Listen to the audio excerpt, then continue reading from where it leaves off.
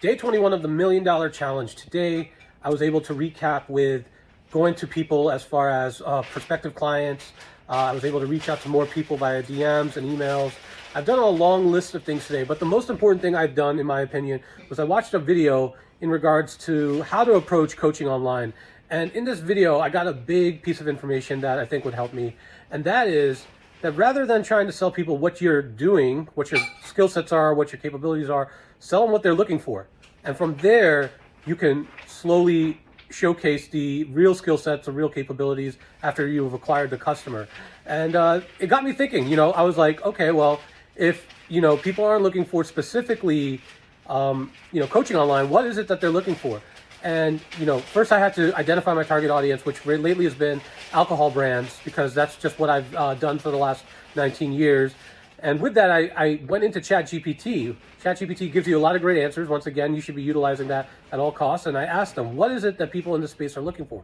And I got this answer. As you can see, I posted that I'm looking to see what mid-tier brands are looking for from a consultant like me in the alcohol space.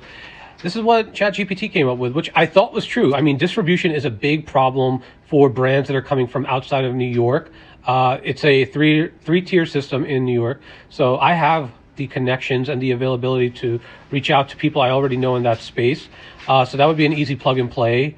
People are looking for ways to change up the narrative of their brand, which is sort of true. That is what I was kind of going towards, but that's not something that has been as effective as I thought. I've probably gotten a very similar hit rate to what other coaches have online. Consumer behavior is changing.